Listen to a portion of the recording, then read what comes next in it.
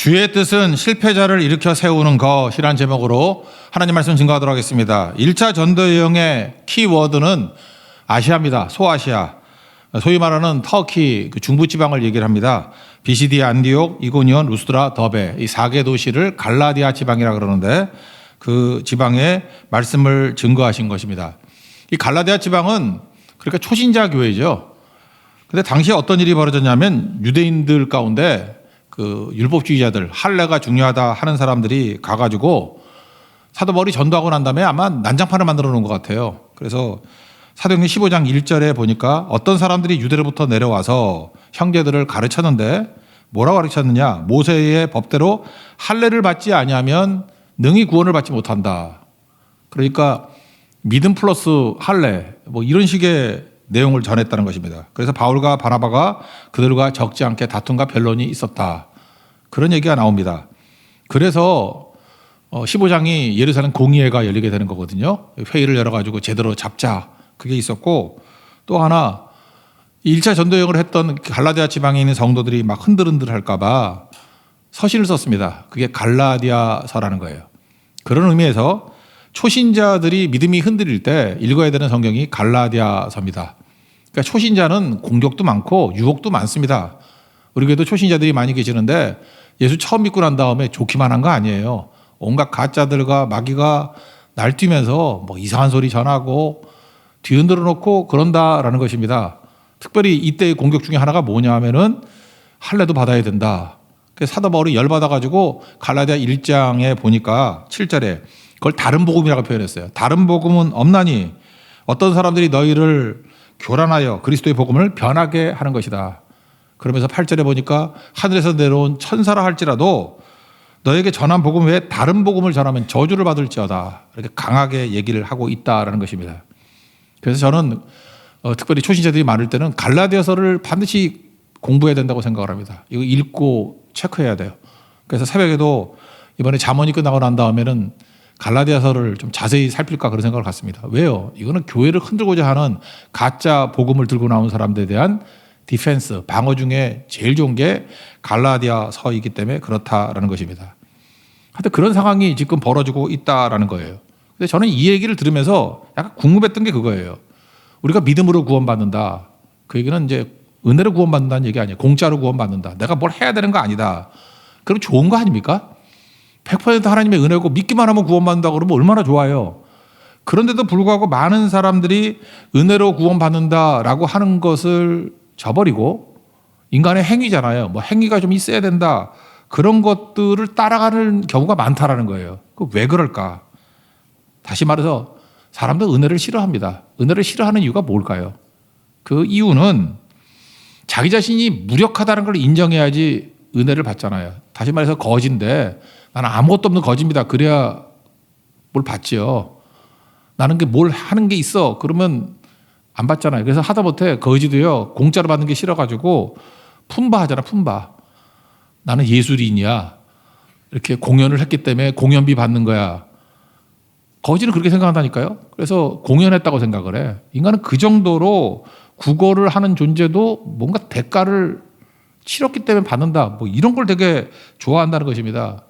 우리가 은혜라 그러면 뭐예요? 내 노력이 헛되다 그런 거 아니에요. 내가 뭔 짓을 하든 간에 아무 의미가 없다. 그게 싫은 거예요. 왜 내가 헛된 거야? 노력에도 의미가 있는 거지. 내가 nothing이 돼야 되잖아요. 그러니까 성경에 표현하면 나는 죄인입니다. 불쌍하게 여겨 주십시오. 그래 은혜가 임하는 거 아니에요. 나에게는 소망이 없습니다. 오로지 나를 건져주세요. 늪에 빠진 사람이 허우적대면 허우적대수록 빠져드니까 밖에서 밧줄이 와야 될 거 아니에요. 외부의 힘으로 나를 건져주세요. 그게 은혜인데 자기는 그 상황이 아니라고 생각하는 거예요. 그리고 자기 운명이 남에게 맡겨진다는 걸 너무너무 싫어해요. 그래서 사람들은 은혜를 싫어한다는 것입니다. 나는 아무것도 못한다. 그거 거부한다는 거예요. 그래서 지금도 그래요. 많은 사람이 은혜를 구하는지 싫어하는지를 알 수 있는 게 뭐냐면 자기의 자부심이 있어요. 나는 뭔가 남들과 달라. 그리고 나는 남들보다 뭔가 우월해. 뭐 이런 생각을 갖게 된다는 것입니다. 우리는 우월감을 가질 수 없죠. 예를 들어서 나 같은 죄인 살리신 주 은혜 놀라와 그 정말 쓰레기 같은 선장, 해적선 선장, 그러니까 노예선 선장이 지은 거 아니에요. 존 뉴턴이. Amazing Grace. 그죠? 그때 그 사람이 이런 얘기를 했어요. 도대체 나하고 저기 있는 사람들과 차이점이 뭐냐? 은혜를 받은 것과 은혜를 받지 않은 것, 그 차이점이라는 거예요. 은혜를 아는 자와 은혜를 알지 못하는 자의 차이점이고, 죄인이라 그러면 내가, 예수 믿는 내가 당신보다 더 큰 죄인이라고. 다만 난 은혜를 알고 당신들은 은혜를 거부하기 때문에 그런 거라고. 그러니까 우월감을 가질 리가 없죠. 안타까울 뿐이죠. 나 같은 죄인도 하나님의 은혜를 붙드니까, 믿음을 붙드니까 구원받지 않았냐. 당신도 장애에 의지하면은 죄 때문에 지옥 가는 게 아니라 은혜를 저버렸기 때문에 지옥 가는 거라고. 그래서 그걸 은혜를 강조하고 있습니다. 그게 너무너무 중요한 거죠. 은혜를 사모하는 사람들은요, 진짜 사랑하게 돼 있습니다. 여러분, 사랑과 동정의 차이점이 뭡니까? 동정은 우월심이 있고 또 보상의식이 있다는 것입니다. 예를 들어서 여러분, 어떤 사람이 불쌍한 사람이 있습니다. 이렇게 구제할 수 있죠. 사랑도 구제하고 동정도 구제합니다. 그런데 동정은 뭔지 알아요? 저 사람 도와주면서 아이고 다행이다. 내가 저 사람같이 안 된 게 얼마나 다행인가. 이런 게 동정이에요. 사랑은 그게 아니죠. 안타까워하고 있는 거 다 주는 거죠. 그러니까 어떤 의미에서 동정심이라는 건 우월감 생기는 거예요. 내가 저 사람보다 낫다라는 거예요. 내가 선민의식이 있다라는 거예요. 그게 동정입니다. 우리 부모와 자식 간의 관계에서도 그런 게 있겠죠. 예를 들어서 우리 집 같은, 우리 집 딸이 있습니다. 딸이 있는데 걔가 저보다 공부를 못해요. 그럼 와 신난다. 내가 너보다 똑똑해. 내가 너보다 우월해. 애비도 아니죠. 그거는. 그죠? 거기서 우월감을 가진 사람이 누가 있어요. 그게 아니고 오히려 웬만한 거 다 가르쳐 주려고 그러고 안타까워하고 잘 되기를 원하고, 그런 게 사랑이죠. 근데 우리 많은 순간에 사랑이라고 표장을 했지만 실제로는 동정일 때가 되게 많아요. 맨날 우월의식, 그 다음에 또 선민의식, 그리고 뭘 해주고 난 다음에 보상심리. 그러니까 give and take이 보상심리잖아요. 내가 해줬으니까 뭘 해줘야 된다. 그게 무슨 사랑이야. 사랑은 주고 또 주는 건데, 내가 주면은 대문자 더 giver, 하나님께서 우리에게 주시는 거죠. 그런 흐름이 있는 거죠. 그러니까 은혜를 구하는 사람은 내게 아니잖아요. 하나님이 내게 주신 거죠. 흐름이 생기죠. 그런데 어떤 사람이 축복을 많이 받았음에도 불구하고 흘려보내지 못하는 사람이 있습니다. 그 사람의 멘탈리티가 뭔지 알아요? 자기속에는 이런 생각이 있는 거라고요. 내가 노력해서 내가 번 내 돈인데 왜 흘려보내라고 그래? 아, 듣기 싫어. 그런 거죠. 내 거잖아. 내가 피땀 흘려가지고 번 건데 내 건데 왜 자꾸 흘려보내라 그래? 그거 뭐예요? 은혜 의식이 전혀 없는 거죠. 내 힘으로 내가 벌었다는 거예요. 내 거라는 거예요. 그러니까 겉으로 볼 때는 우아해 보이지만 실제로는 우매한 인생이 된다는 것입니다. 그러니까 은혜를 알고 모르는 것이 이런 차이가 있다라는 거예요. 그런 의미에서 갈라디아 교인들에게 지금 율법주의 애들이 와가지고 할례도 받아야 된다. 이 공로의식이잖아요. 그래야 복음으로 구원받고 할례도 받으면 금상첨화 아니야? 이런 생각을 갖는 사람들은 은혜를 저버리고 은혜를 무시하는 거라는 거예요. 그래서 예루살렘 공의회가 열렸습니다. 근데 결과는 참 좋았어요. 회의 결과 믿음만 붙들면 된다. 은혜만 붙들면 된다. 이렇게 결의를 했습니다. 그래서 19절에 보니까 내 의견에는 이방인 중에서 하나님께 돌아오는 자들을 괴롭게 하지 말고, 그러니까 이방인들도 뭐 할례 받으라 말라 이런 식으로 쓸데없는 짐 주지 말고 은혜로 구원받고 예수를 믿으면 구원받는다는 것으로 일치하게 되었다는 것입니다. 얼마나 좋습니까? 저는 이 15장 내용들을 쭉 읽으면서 너무 감사했어요. 교회가 분열의 위기에 처하게 되었을 때 다시 하나님의 성령께서 큰 은혜를 주셔가지고 믿음으로 구원받고 은혜로 구원받는 것으로 교회가 일치가 됐습니다. 유대인들도 그렇고 이방인도 그렇다. 그게 예루살렘 공의회예요. 15장 전체가 너무너무 은혜스럽습니다. 에베소서 4장 3절에 나오는 평안에 매는 줄로 성령이 하나 되게 하신 것을 힘써 지키라. 이게 이루어진 거라는 거예요. 너무 아름답습니다.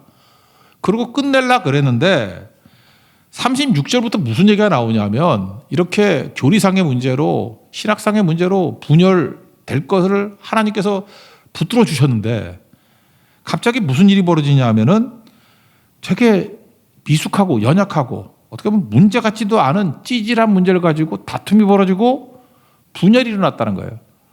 저는 이걸 읽으면서 이런 생각을 했어요. 황당하다, 허무하다, 이게 너무하다 그런 거죠. 지금 1차 전쟁 끝나고 난 다음에 2차 전쟁을 떠나려고 그런 겁니다. 이유가 아까 얘기했죠. 갈라디아 지방에 율법주의로 들쑤셔 놓으니까 예루살렘 공의회 때 끝났고 다시 한번 신방을 해야 될 필요성이 있겠죠. 그래서 2차 전쟁을 떠나기로 작정을 했습니다. 근데 1차 전쟁 때 여러분들 아다시피 막 핍박도 있었고 돌멩이로 쳐서 죽을 뻔했잖아요. 그죠? 그러다가 죽다 살아나는 경우도 있고. 그럼에도 불구하고 다시 가자 그랬더니 바나바나 바울이나 다 일치하게 오케이 하면서 복음에 대한 열정을 가지고 떠나게 되었다라는 것입니다. 그게 36절이에요. 며칠 후에 바울이 바나바더러 말하되 우리가 주의 말씀을 전한 각 성으로 다시 가서 형제들이 어떤가 방문하자 하고, 이게 2차 전도여행의 시작이라고. 그래서 떠날라 그랬는데 문제는 뭐냐? 시작부터 분열이 일어나게 됐다는 것입니다. 다툼이 일어나게 됐다는 거예요. 내용이 뭐예요? 마가 때문에.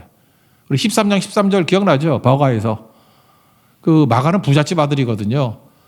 그 예루살렘 교회 마가의 다락방, 그게 마가 걔네 집이에요. 그리고 엄마가 마리아인데 무지 부자였는가 봐. 얼마나 부자였는지 120명이 열흘 동안 먹고 자고 할 정도로 큰 집이었어요. 그리고 예수님의 최후의 만찬도 마가의 다락방 이 집에서 했다 그러잖아요. 그러니까 부잣집이고 명문 가문입니다. 그리고 바나바의 조카예요. 그러니까 원래 부자는 또 형제자매가 다 부자잖아. 그러니까 이 집안은 다 부자인가 봐. 초대교회 때 바나바가 또 헌금도 엄청 했잖아요. 그러니까 부잣집이라고. 그러다 보니까 너무너무 힘드니까 풍랑이 있었다고 추정하죠. 그다음 앞에 높은 산맥이 있고, 그다음에 버가에서 바울이 아마 풍토병에 걸렸던 것 같아. 힘들어서. 그러니까 뭐 엎친 데 겹친지어로 그러니까 엄마 보고 싶어. 그래서 집으로 돌아갔다라는 것입니다. 근데 2차 전도여행을 떠나게 될 때 바나바는 자기 조카이기도 하고, 또 바나바는 위로의 아들 아니에요. 누구 세워주는 사람 아닙니까? 마가도 데려가자. 그랬더니 38절에 바울은 밤빌리아에서 자기들을 떠나 함께 일하러 가지 아니한 자를 데리고 가는 것이 옳지 않다. 안 돼. 그랬다라는 것입니다. 그래서 이거 갖고 다퉜대요. 여러분, 이 싸우는 게 뭐냐? 진리 문제 갖고 싸운 거 아닙니다. 일종의 기질과 관점 문제 갖고 싸우는 거예요. 이 교회에서도 보면요, 뭐 싸우는 거 보면은 뭐 진리 문제 갖고 싸우면 내가 말도 안 하겠어. 뭐 별것 아닌 문제 갖고 싸워요. 별것 아닌 문제 갖고. 어떤 때 너무너무 사소해가지고, 제가 지금 예증을 들고 싶은데 앉아 계셔가지고 내가 예증도 못 들겠고, 어떻게 그런 거 갖고 싸워? 그런 거 갖고? 정말 창피해요, 창피해. 정말 찌질이 같아. 어떻게 그런 거 갖고 싸우냐고. 그러니까 뭐 한 사람은 관계가 중요하다 그러고, 한 사람은 일이 중요하다 그러고, 한 사람은 목적 지향적이고, 한 사람은 아니다. 이 감정을 다독거리는 게 중요해. 그게 뭐게 중요한 일이에요? 이거 갖고, 진리 갖고 싸우는 것도 아니고, 그 위기를 다 넘긴 사람들이 이런 문제 갖고 싸우면 되냐고요. 59절 보니까 서로 심히 다투어 피차 갈라서니 바나바는 마가 데리고 딴 데 가고, 바울은 실라 데리고 또 딴 데 가더라. 여기서 한번 선을 확 긋고 가자고요. 다툼으로 인해서 분열이 되는 것은 하나님의 뜻이 아닙니다. 다툼으로 인해서 두 개가 된 걸 뭐 하나님의 뜻이다가 이렇게 합리화시키지 말라는 거예요. 저는 이런 합리화시키는 걸 너무너무 많이 봤어요. 제가 어렸을 때 자랐던 교회가 분쟁하던 교회였어요. 얼마나 분쟁을 심하게 했는지 대법원까지 올라갔어요. 막 대판사고, 뭐 신문에 맨날 대서특필됐던 그런 교회였고, 저희 아버지 친구가 유도 국가대표였거든. 김 무슨 장로님이었는데, 그래서 교회가 이 의자가 여기 없었어요. 입구에 바리케이트 같이 이렇게 쌓여 있었고, 거기서 이렇게 신문 확인하고 하나씩 들여보내고, 아닌 건 또 몸싸움하고, 우리 아버지가 그 상대편에게 2대 맞고 난 다음에 맞을까봐 우리 처갓집 교회지, 그러니까 어머니 교회 쪽으로 교회를 옮긴 거예요. 나 어렸을 때 그거 봤거든. 저는 그래도 끝까지 교회를 지키겠다고 몇 주 더 다니다가 밥을 안 줘서 저도 같이 또 그쪽 갔거든요. 그랬던 경험도 있고 그랬던 경향이 있습니다. 근데 그때 보면은 이게 뭐 말도 안 되는 거예요. 그죠? 말도 안 되는 거. 그러면서 서로 뭐라 그러냐면 하나님의 뜻이래. 그 교회가 원래 있던 교회가 충정교회인데 지금 뭐 일산에 있대. 충정교회. 다 부흥해서 커졌어. 싸워서 나갔던 교회도 커지고 다 커졌어. 그럼 하나님의 뜻이에요, 그게? 제가 그 과정 속에서 하나님 앞에서 진짜 얻어 터진 사람과 정말 어떻게 보면 하나님 앞에 징벌받은 사람도 봤다고요. 그거 절대로 하나님의 뜻 아닙니다. 무슨 분쟁이 하나님의 뜻이야. 약함과 허물과 그거는 회개할 문제들이고, 그렇죠. 여기 선을 긋자고. 이거 바울과 바나바가 잘한 거 아니에요. 이거는 허물이고 연약함이고 이거는 문제예요. 돌이켜야 될 내용이라는 것입니다. 그러나 그 다음이 중요하다는 거예요. 아무리 인간이 이렇게 찌질하고 한심해 보여도 우리가 붙들고 믿어야 될 게 뭐냐? 하나님의 뜻은 반드시 이루어진다는 거예요. 아무리 인간이 농떼기를 쳐도 하나님의 뜻은 반드시 이루어진다는 것입니다. 인간의 미숙함, 인간의 실수, 죄악, 연약함에도 불구하고 하나님의 뜻은 이루어진다. 아무리 인간이 개판 쳐도 하나님의 뜻은 이루어진다. 우리 잠언 20장에 나오잖아요. 사람의 일의 작정은 누구에게 있어요? 하나님께 있다. 하나님이 일을 이루신다. 일하시는 하나님이라는 거예요. 그거 믿어야 된다라는 것입니다. 어떤 사람은 그래요. 너무 막막하니까 자기 머릿속에 있는 방법만 찾고 오는 거예요. 아무리 생각해도 너무 개판 쳐놓으니까 길이 없는 거예요. 답이 없는 거예요. 그래서 이렇게 얘기합니다. 사람으로 도저히 해결할 수 없는 문제입니다. 하나님은 해결 방법이 있으신가요? 저는 있다고 얘기를 해요. 그래서 제가 예를 들 때 이런 얘기를 합니다. 잘 보십시오. 얼굴 똑같은 사람 봤습니까? 여기도 보면 얼굴 똑같은 사람 없죠? 쌍둥이 있죠? 쌍둥이도 자세히 보면 틀려요. 부모는 알아봐. 우린 못 알아보지만. 쌍둥이도 다릅니다. 뭐 일단 지문 다 틀리잖아요. 그죠? 다 틀리다고. 지금 전 세계 인구가 80억이라 그러는데 80억 가운데 똑같은 얼굴 하나도 없어요. 그죠? 이전에 살았던 사람도 똑같은 사람 아무도 없고요. 이후에 태어날 애들도 닮았다지 똑같은 사람 아무도 없다고. 그렇죠. 우리 얼굴이 어떻습니까? 보통 사람은 손바닥 2개로 가려지는 얼굴이에요. 커봐야 4개로는 다 가려져. 별로 크지도 않은 얼굴인데 다 다르잖아요. 우리가 생각할 때는 문제 해결책이 몇 가지밖에 없어요. 근데 하나님은 하나님의 해결책은 무한대 해결책이 있습니다. 믿습니까? 우리가 모르는 거예요. 하나님은 해결책이 있어요. 바다에도 길을 만드시는 분이에요. 그러니까 사막에도 강을 만드시겠지. 사막이다. 무슨 사막이야? 강이 있으면 사막 아니지. 사막에 강을. 그건 모순이에요. 아, 강이 있는데 왜 이게 사막이야? 사막이 아닌 거지. 광야에도 길이 있으면 광야가 아니죠.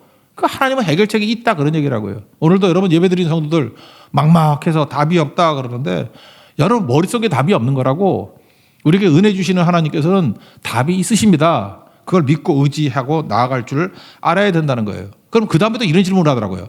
하나님은 뜻이 있으시고 답이 있으시고 또 하나 전능하신 하나님인데 그럼 그냥 다 알고 하시면 되지 왜 기도하라 그러냐고. 기도하는 이유가 뭐냐? 맞습니다. 하나님이 우리 기도 안 해도 우리가 뭐가 필요한지 내 슬픔, 내 상처, 내 필요 다 알고 계십니다. 그리고 그 모든 것을 변화시킬 수 있는 능력도 갖고 계신 전능하신 하나님이에요.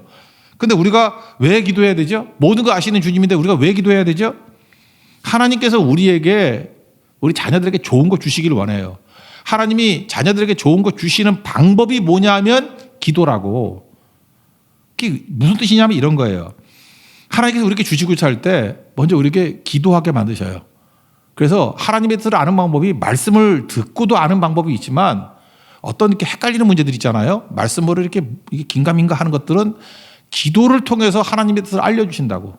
무슨 뜻이냐? 여러분들 자기 뜻대로 자기 욕심대로 한번 기도해보라고. 식기도 중심으로 기도하는 사람 말고 욕심으로 기도를 해봐. 근데 기도를 며칠째 한번 쭉 해봐요. 새벽 기도라든지 철야 기도 같이 좀 오래 기도하는 걸 한번 쭉 해보라고. 처음 했던 기도와 마지막 했던 기도로 끝까지 밀고 나가는 게 쉽지가 않아요. 여러분 기도를 한 2시간, 3시간 한번 해보라고. 처음에 내 욕심과 내 뜻대로 하는 기도가 있잖아요. 기도 한 2-3시간 해보라고. 막 하다 보면 나도 모르게 기도가 바뀌어 있어. 나도 모르게 다른 기도를 하고 있어요. 그래서 기도는 아래는 것도 되지만 이걸 깨닫는 사람들은 막판에 하는 기도가 하나님의 뜻이거든. 그때 느끼는 거예요. 듣는 기도예요. 기도는 듣는 거예요. 들으면서 아 이게 하나님의 뜻이구나. 이렇게 깨닫게 된다고. 왜? 내 안에 있는 성령께서 우리는 무엇을 구할지 알지 못하잖아요. 마땅히 구할 바를 알지 못해요. 근데 말할 수 없는 탄식으로 우리 위해서 기도해 주시고 기도를 집어넣어 주셔요. 우리에게. 그래서 예수님의 겟세마네 동산에 기도하고 비슷하게 끝나버려. 막판에 보면 거의 이래요. 뭐 웬만하면 이 잔을 옮겨 주시옵소서. 이게 내 뜻 같죠. 이렇게 나가다가 막판에는 뭐로 끝나냐 하면은 나의 뜻대로 마옵시고 아버지의 뜻대로 되기를 원합니다. 그러면서 나도 동의를 해버리고 그 다음에 그 길을 걸어가는 것을 내가 기쁘게 걸어가게 만드신다고요. 그러니까 기도는 뭐냐? 하나님의 뜻을 아는 것도 있지만 기도하는 과정 속에서 내가 변화가 돼요. 내가 옛날에 그게 좋지 않았거든. 근데 그게 좋아져. 그리고 그거에 대해서 희미했는데 선명해지고 그 다음에 그 길을 걸어갈 수 있는 힘도 주셔요.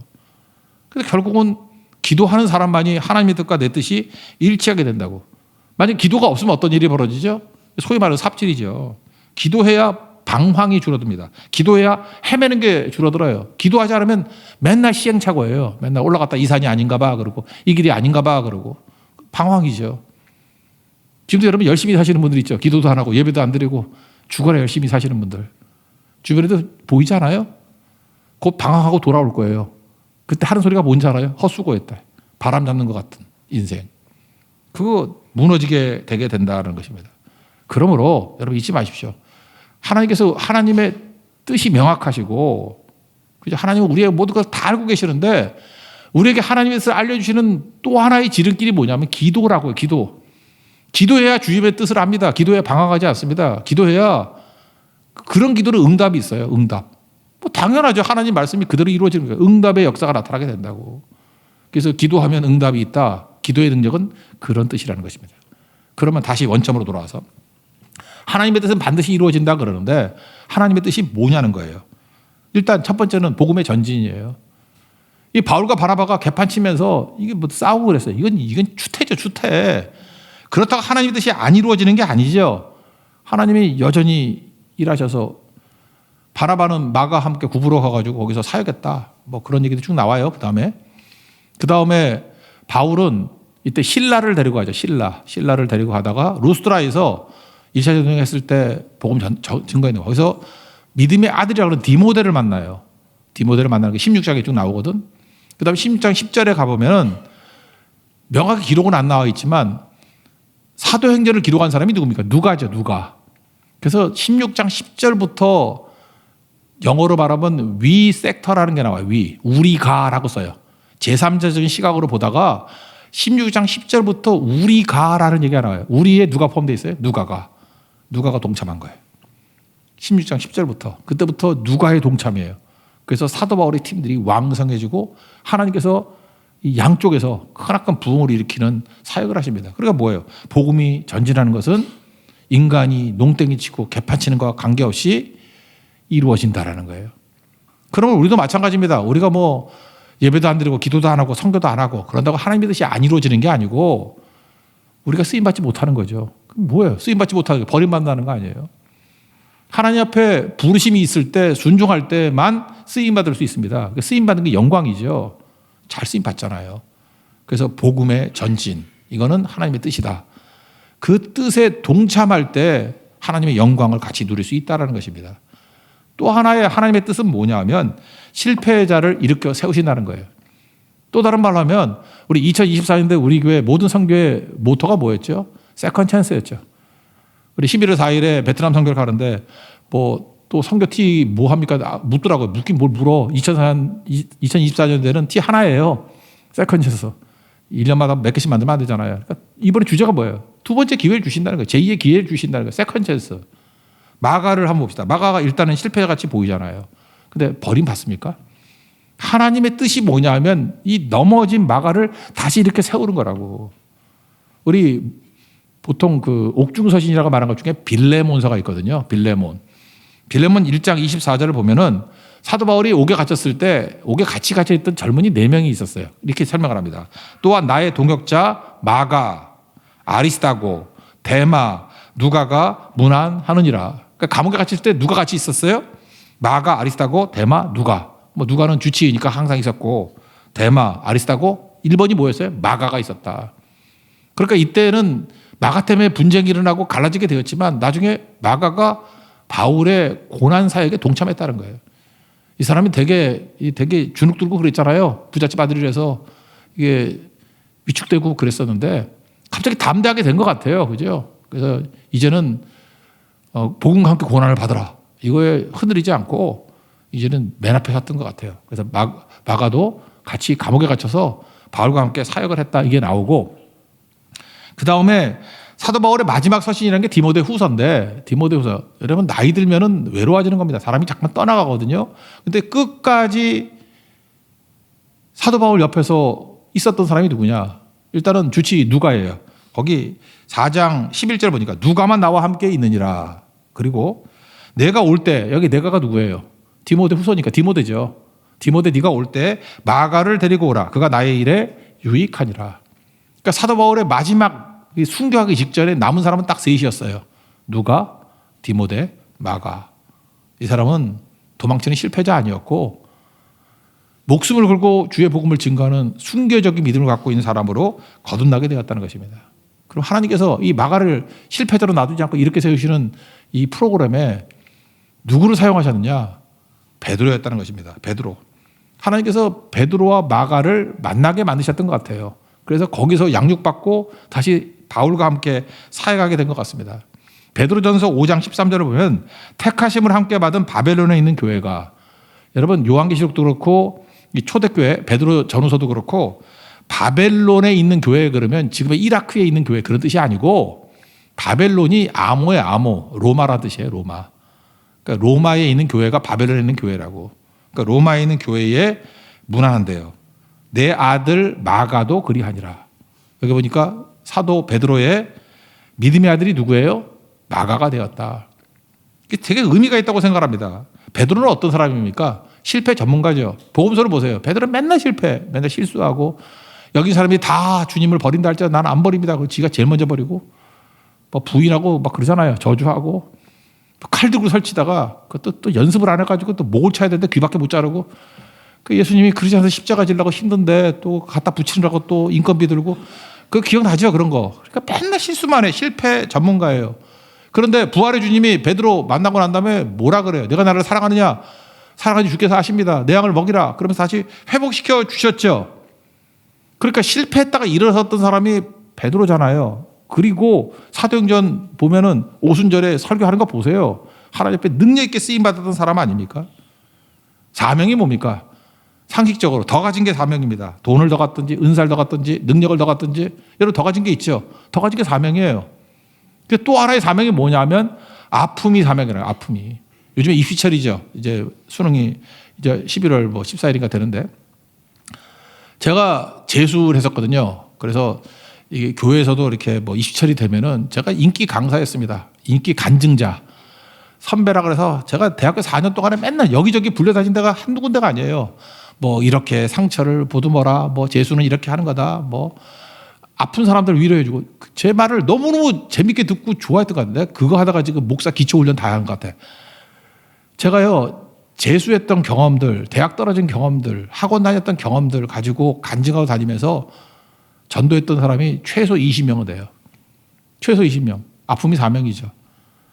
내가 명문대 척척 붙어가지고 모든 게 잘 됐다 그러면은 누가 날 불러주겠어. 그런데 처절하게 떨어지고 어려움 당하고 하니까 아픔이 사명이 돼서 들으려고 그러잖아요. 그게 계기가 돼가지고 정말로 많은 사람을, 최소 20명이야. 더 될지도 몰라요. 많은 사람이 주께로 이끌 수 있었거든요. 아픔이 사명이죠. 베드로 보세요. 아픔이잖아요. 실패했잖아요. 나 실패했지만 너도 실패해서 일어설 수 있어. 그 얘기죠. 제가 재밌는 게 뭐냐면 얼마 전까지 제가 되게 건강했습니다. 그래서 저는 건강해서 사람들이 아프다는 걸 이해를 못했어요. 아프다는 건 정신력의 문제야. 정신이 썩어서 그래. 내가 아파 보니까 정신력 아니에요. 진짜 몸을 못 움직였어. 그래서 이제 이해하게 됐어요. 아, 그런 소리 이제 말도 못하고 철없을 때 하던 소리였다.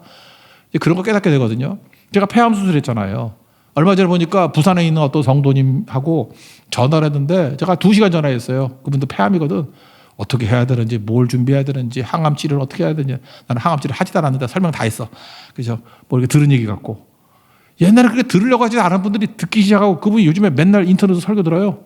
부산에 계신 분인데. 그 왜 그렇죠? 아픔이 사명이에요. 좁았던 것들이 더 넓어지게 된 것도 있는 거죠. 베드로가 그랬다고요. 베드로는 실패자였습니다. 그래서 또 다른 실패자인 마가를 붙들고 얘기해 주는 거예요. 아마 많은 얘기를 다 해줬던 것 같아요. 그래서 믿음의 아들이 됐고, 그러다가. 그래서 베드로에게 들었던 내용들을, 물론 성령의 영감으로 쓰여진 거지만 그 내용들을 가지고 성령의 영감 가운데 쓴 게 마가복음. 복음서 중에 첫 번째예요. 마가복음은 베드로의 시각입니다. 마가가 썼는데 베드로의 이야기를 듣고 성령의 영감 가운데 쓴 거죠. 그런 거잖아요. 아마도 밤새 이야기를 했던 날도 있었더라고 생각합니다. 밤새고 난 다음에 아마 베드로가 마가의 손을 잡고 나갔던 것 같아요. 밖에 닭이 울 거 아니에요? 꼬꼬대 울 때마다. 내가 예수님 부인하고 난 다음에 첫 닭이 울 때 예수님이 3번 부인할 거다. 그냥 2번 그냥 3번 부인할 거다. 그때 내가 나가서 통곡했던 거 나 기억난다. 근데 주님이 다시 나를 이렇게 세워주셔서 서게 되었어. 그런 거죠. 그러면서 이렇게 얘기할 거 아닙니까? 나도 쓰러졌다가 변화되었다. 너도 변화될 수 있어. 그죠? 나도 실패했다가 쓰임받아. 너도 쓰임받을 수 있어. 베드로가 그 얘기할 거 아니에요. 마가한테. 마가가 베드로만큼 위로가 되던 사람이 어디 있겠습니까? 나 맨날 방바닥 기어다니듯이 이게 두더지같이 땅굴 파던 인생이었는데, 사람 보는 게 수치스러웠는데, 하박국 3장 19절 제일 마지막 절에 이런 얘기가 나오잖아요. 여호와는 나의 힘이다. 예수님이 나의 힘이 되어주셔서 나의 발을 사슴과 같게 하사 높은 곳으로 뛰어다니게 만드셨다고. 내가 원래 남들 눈 피해 다니고 숨어 다니고 기둥두에 있고 맨날 그런 사람이었는데 주님께서 나의 힘이 되어 주셔서 여기 사슴이라고 나왔는데 실제로는 산양이래. 산양. 그런 거 봤죠? 절벽 가운데 이렇게 막 뛰어다니는 산양들. 사슴이라고 번역하면 안 된다 그러더라고. 산양. 산양으로 보자. 사슴이 되든 산양이 되든. 절벽 위를 막 뛰어다니는 모습. 그게 주님께서 실패자를 일으켜서 높은 곳을 뛰어다니는 모습으로 우리를 변화시켜 주셨다는 것입니다. 믿습니까? 누가 좌절을 해? 누가 좌절을? 주님께서 다시 우리를 일으켜 세우는 거. 그게 하나님의 뜻이라는 거예요. 복음이 전진된다. 그것도 하나님의 뜻이지만 또 하나는 실패자를 이렇게 세운다. 합력의 선을 이룬다. 그게 하나님의 뜻이라는 것입니다. 또 한 가지 회복. 바울과 바나바가 화해했을까? 화해했죠. 어떻게 하느냐? 성경에도 없는데. 그 너무 당연한 거 기록을 안 하는 거예요. 그런 거 있잖아요. 너무 당연한 거. 그죠? 그 우리 한자 가운데도 이렇게 만들어 놓은 한자 있잖아요. 옛날에 어떤 민집사고 내가 만든 건데. 민집사 대학교 다닐 때 그러더라고. 이렇게 입구자 박스에다가 그 산에 남자하고 계집 여자를 넣어놨어. 그런 한자가 어디 있어? 박스에 산에 남자 계집여. 이게 뭐냐 그랬더니 뻔할 뻔짜래. 저러고도 예술 믿는 거 보니까 그렇게 뻔할 뻔짜래. 그죠? 뻔할 뻔짜. 그다음 운물정자 해놓고 거기다 점을 찍어놨어. 이게 뭐냐? 퐁당 퐁짜래. 뭐 맨날 그런 장난치는 거 있었거든요. 그러니까 똑같은 거예요. 이런 거 성경에서 기록 안 한 이유는 뭐냐면 뻔하기 때문에 그래. 뻔하기 때문에. 왜 그렇습니까? 너희가 서로 사랑하면 모든 사람이 이로써 내 제자인 줄 알리라. 둘 다 제자잖아요. 근데 이 사람들이 서로 살아가고 화해했지. 당연하지 그거는. 그러니까 이런 거에 대해서는 기록 안 했다라는 것입니다. 그런데 바울과 바나바가 화해했다라는 근거가 되는 걸 굳이 찾는다거나 이런 게 있어요. 여러분 고린도 전서가 언제 쓰여졌냐 하면은 1차 전도여행은 소아시아라 그랬죠. 2차 전도여행은 유럽이 중심이에요. 유럽. 이제 소아시아는 지나가고 유럽이 중심이고 3차 전도여행은 1차, 2차를 다시 신방하고 에베소라는 곳에서 수년 동안 있으면서 이제는 돌아다니지 않고 사람들을 불러 모은 거라고 신학교로. 그게 두란노 서원이에요. 그래서 훈련시켜서 보내는 거예요. 그래서 소아시아 7교회는 두란노 서원에서 신학교거든. 거기서 훈련받은 사람을 파송하는 모습으로 나온다고요. 근데 그 에베소에서 쓴 편지가 고린도 전서예요. 3차 전도여행을 할 때 에베소에 머물렀을 때 쓴 편지가 고린도 전서라고. 근데 거기에 뭐가 나오느냐? 고린도 교회는 사도 바울이 2차 전도여행 할 때 개척한 교회잖아요. 근데 여기도 또 초신자들 교회인데 또 누가 와가지고 사도 바울은 사도가 아니다. 맨날 그러는 거예요. 사도라 그러면 예수님과 동고동락 해야 되는데 핍박만 했고 예수님 부활 승천하시고 난 다음에 믿게 된 거니까 그게 진짜 사도냐? 사도 아니다. 짝퉁이다. 뭐 이러고 다녔다고요. 근데 가짜 사도라는 증거가 뭐냐 하면은 가짜니까 자비량으로 일하지. 월급 받고 일해야 되는데 월급도 안 받고 자비량으로 일하지. 여러분 세상이 이래요. 헌신하는 마음 또 교회에 짐을 지어주지 않기 위해서 자기가 텐트 만들면서 자비량으로 자기 돈으로 월급 안 받고 일을 하면 고마운 거 아니에요? 헌신한 거 아니에요? 근데 그거를 빌미로 또 공격거리를 찾아낸다고. 가짜니까 돈을 못 받는 거야. 베르도 나 짝이 있지. 이렇게 얘기를 했다고요. 그럴 때 사도 바울이 고린도전서 9장에 보면 열받아가지고 이렇게 얘기를 해요. 6절에 어찌 나와 바나바만 일하지 아니할 권리가 없겠느냐. 내가 너희들 짐 지어주지 않으려고 자비랑 거 일하는 거지. 이게 소가 일하면 그 곡식 먹는 거 당연한 거 아니냐. 오히려 받는 게 당연한 거가 안 받는 게 너희들 생각해서 하는 건데 그거 가지고 내가 사도가 아니라고 공격을 해? 나쁜 놈들아. 뭐 그런 식의 얘기예요. 근데 여기 설명할 때 자기만 아니라 나와 바나바만 일하지 아니할 권리가 없겠느냐라고 하면서 바나바를 존경심을 가지고 표현하고 있죠. 그러니까 이렇게 표현할 정도면 지금 바나바하고 화해가 된 거예요, 안 된 거예요? 된 거죠. 그러니까 3차 전도여행 전에 이미 바나바하고는 화해가 된 것이라는 겁니다. 여러분 시편 133편 1, 2, 3절 보니까 형제가 연합하여 동감이 어찌 그리 선하고 아름다운 거. 세상에서 제일 아름답고 하나님이 기뻐하는 일이 뭔지 알아요? 형제가 연합하고 동거하는 거예요. 3절에 보니까 하나님이 복을 명하셨대요. 여러분 복 받는 비결이 뭔지 알아요? 형제가 서로 연합하여 동거할 때요. 영생이로다. Eternal life. 영생이 임하게 됩니다. 그러니까 이게 크나큰 거죠. 하나님의 뜻은 뭐예요? 연합하는 것과 또 하나 이렇게 세우는 거예요. 그래서 야곱을 좋아하셨다고 그랬잖아요. 12명의 아들, 그 게스레기 같은 아들 하나도 버리지 않고 12지파 만든 거. 그래서 이스라엘이에요. 이스라엘. 여러분도 마찬가지입니다. 내 주변에 뭐 누구는 세우고 누구는 넘어지고 그거 내가 바보라는 뜻이에요. 그 어떤 사람이라 할지라도 다 이렇게 세울 수 있는 존재. 그게 복입니다. 형제가 연합하여 동거하며 어찌 그리 선하고 아름다운 거. 여호와께서 복을 명하셨대. 그런데 하나님 복도 명하시면 갑니다. 그냥 축복을 명하셨대요. 영생이로다. 생명의 능력이 임하게 된다라는 것입니다. 여러분 삶 가운데도 이런 하나님의 축복의 능력이 넘쳐나기를 축원합니다. 그럼 다 일어서게 된다라는 거예요. 여기서 또 이렇게 묻습니다. 바나바하고 바울 중에 누가 옳으냐고. 제발 그런 질문 좀 하지 말아요. 둘 다 옳아서 둘 다 틀린 겁니다. 그러니까 이게 문제죠. 둘 다 옳으니까 충돌하는 거죠. 우리 예수 믿는 사람들이 다 진리, 다 옳다고 생각해 자기가. 뭐 바나바가 뭐 틀렸나? 세컨 찬스 줘야 된다는 거. 이거 복음적이잖아요. 이게 왜 틀려? 맞죠? 바울은 뭐 틀렸나? 기준이 명확해야 되고 준비된 사람 서야 된다. 이것도 맞는 얘기죠. 근데 뭘 놓친 거예요? 내가 맞지만 상대도 맞을 수 있다라는 여지를 없애버리는 거죠. 나는 옳고 넌 틀렸다 그러는 거 아니에요. 다 맞을 수 있는 거죠. 그래서 여러분들이 잊지 말아야 될 게 뭐냐 하면 교회는요. 최고로 옳은 건 분쟁하지 않는 거예요. 분쟁하지 않는 게 최고 옳은 거고 이거 잘 보면 이게 진리 문제 아니잖아요. 이 사소한 문제인데 이런 문제 가지고 분쟁을 일으킨다면 그게 틀린 거라고. 이 고전적인 예화 하나가 맨날 얘기하잖아요. 어떤 분쟁하던 교회에 젊은 목사님이 부임하셨어요. 사람들 보니까 다 좋은 사람들이야. 근데 왜 싸웠냐고 물어봤더니 잘하려고 싸웠대. 잘하려고. 우리 교회도 보면 잘하려고 뭐 이렇게 세게 나가는 사람도 있잖아요. 잘하려고. 목사님이 3년 동안 잘하지 맙시다 그랬대요. 그래서 동의했어요. 누가 말만 하면 잘하지 맙시다. 그래 입 다물고. 뭘 말하려면 잘하지 맙시다. 뭐 성가대도 뭐 누구 뭐가 문제라 그러면 잘하지 맙시다. 그럼 개판치면서 그냥 가는 거예요. 근데 묘한 게 분쟁이 사라지니까 교회가 잘 되더라는 거예요.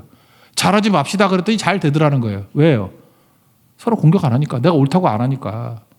그러니까 교회가 뭐 내가 옳은 사람이 아니니까 하나님 은혜를 구하겠죠. 오히려 되더라는 거예요. 여러분 잊지 마십시오. 이게 은혜 붙들고 살아가는 사람의 모습이라는 거예요. 아까 어메이징 그레이스 작사 작곡했던 그 존 뉴턴 노예선 선장이라고 했죠. 쓸모 있는 얘기 한마디 했어.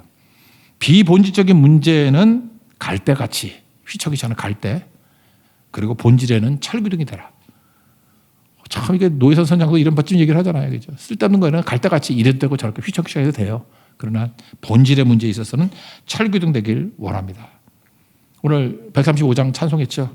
난 이 찬양이 너무 좋아요. 우리 인생에 많은 것들이 있는데 변하지 않는 것에 기초를 내려야 되거든. 변함없는 예수님. 변함없는 게 말씀이잖아요. 그죠? 어저께나 오늘이나 영원토록 동일하신 예수 그리스도는 어제나 오늘이나 영원토록 동일하시니라. 히브리서 13장 5절인가요? 그 말씀 찬양이잖아요. 변함없는 예수님과 변함없는 말씀의 뿌리를 내리면 나머지는 이래도 좋고 저래도 좋은 진짜 이방원같이 하여가 불러도 돼. 그런 거는.